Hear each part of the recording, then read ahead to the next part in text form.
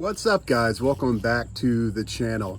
I am in South Carolina visiting my parents for a bit, and I'm going to try to get out and carp fish for a bit. Now, I'm going out to a lake that has a lot of wild carp, but this bait I'm going to show you how to make works really well for pay lake carp too. It works great for wild carp. It's just an overall great carp bait. And one of the most important things about this bait is it's really quick to make and it is really cheap. I think all of my ingredients combined cost $3 or so. So this is an awesome go-to, quick, easy, cheap carp bait. And this is going to be Panko Carp Pack Bait. I hope you guys enjoy the video. So you only need a few ingredients for this bait. You're going to need 16 ounces of Panko breadcrumbs. These are 8-ounce containers, so I got 2 of them. I would make sure you get plain, unless you're fishing a carp run that's right behind an Olive Garden. I would avoid the Italian seasoned Panko breadcrumbs. I would just go with the plain. And really the only other necessary ingredient for this recipe is a can of cream corn. Now I'm going to add a Kool-Aid flavor packet, just to add a little bit of extra flavor, a little bit of extra color, but you don't even have to do that. You can really make this bait just with Panko and cream corn, but these are the main ingredients you want: a can of corn, 16 ounces of Panko, and a Kool-Aid packet. Now, if you're going out for an extended period of time carp fishing, I would recommend a 5-gallon bucket. You may even consider doubling this recipe too, because it's not going to make a lot, but I only have a little bit of time to fish and I'm out of town, so I just have this clear tote. It'll be a little more clear when it comes time to mix it too. So the first step is to pour your Panko into your 5-gallon bucket or your container like I have. Get all that Panko in there, and if you've cooked it all, you know what Panko is, but basically this is, dried breadcrumbs. This is pretty much crushed bread, crushed croutons, if you will, but it is plain. Again, there's a lot of seasoned Panko products out there. I would avoid that personally. Now, a general rule when you're making carp bait is to mix your dry ingredients before the wet. So I'm going to add my Kool-Aid packet now. This is blue raspberry. I think it might have some lemon in there too, lemonade maybe. So I'm going to put that in there and just give this a mix, just to make sure that Kool-Aid flavor is dispersed throughout all my dry ingredients. Now, this should turn blue when you add some moisture, but I'm not really sure. If it doesn't, I might add a little bit of liquid attractant to make this a little more blue. But if not, again, you only need corn technically. I'm just zhuzhing this up a bit. Now, the next step is just to take your cream corn. I'm going to use somewhere between half and maybe 3/4 of this cream corn. Depending on whether you're using liquid attractant, you can increase or decrease this liquid portion. I'm probably going to start with about half here and see where we go from there.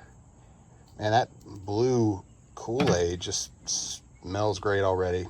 And again, this is the part that I always say there's no better way to do it than just to get in there and mix it. And yeah, that is turning blue with that Kool-Aid packet.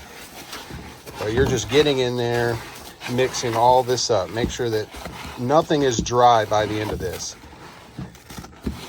Because I'm going for a blue color here, and the Kool-Aid, you can see it's a little green, but I want a bigger pop of color here. So I'm going to add some liquid attractant. Shout out to Royal Way carp baits. This is blue strawberry. So I'm not going to add too much of this. I don't know, maybe 2 ounces. We'll see here.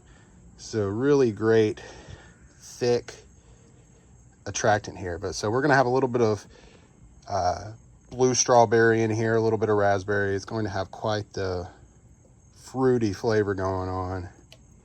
But again, not too much, because we're fishing this like a pack bait rather than a dough bait. And again, you're just going to get in there and mix all of this up together.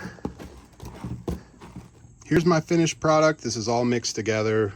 A nice blue color here. You've got the corn mixed in, and yeah, it's just great. It's a great packing consistency. When you're at this point, you just need to add the lid And this is ready to fish pretty much immediately, but I'd leave the lid on for maybe 20 minutes ideally before you fish this. But I'm going to make a ball of pack bait with this, put it in water to show you how it reacts in the water. And depending on your water temperature, if it's colder, it's going to break apart more slowly. If it's hot, it's going to break apart quickly. But yeah, let me make a bait ball quick and show you how this is going to work. So I have a ball of pack bait here. I'm going to drop it in here. Keep in mind when you test this for yourself, because this is not a very dense bait, it's made out of breadcrumbs, it may float right away. But a couple things to remember: if you're fishing with a method feeder, or if you have a an egg sinker or something like that, your hooks and your weight are going to keep this down, so it's not going to float on the surface when you throw it out. If you want it to break apart more slowly, pack it tighter.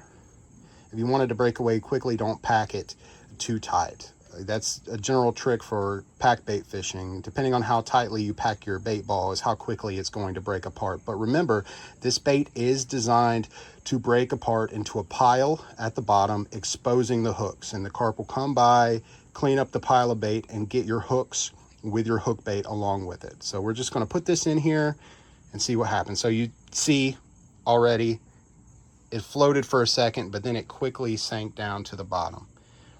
Now, it shouldn't take too long for this to break apart. You already see it breaking apart a little bit because, again, this is a quick dissolving bait. But again, if you want it to last a while before it breaks apart, just pack it more tightly before you throw it out. So this is pretty close to fully broken apart.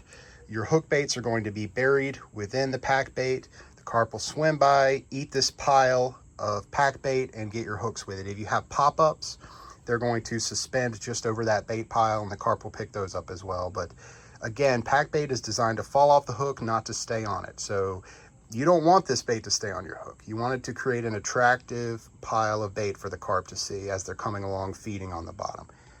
But that's what that bait looks like. And again, don't be afraid to experiment if you want a bit of a different consistency, but this bait is just killer all year long for carp. Well, that's going to do it for me, guys. I hope you can benefit from this recipe. If you're a person who fishes a lot of pay lakes, I think people tend to fish bread-based baits, panko and things like that in the winter or the fall. I'm not really sure why. I guess maybe in one sense, it breaks pretty quickly. So when the water's cooler, it's not quite as fast to break apart.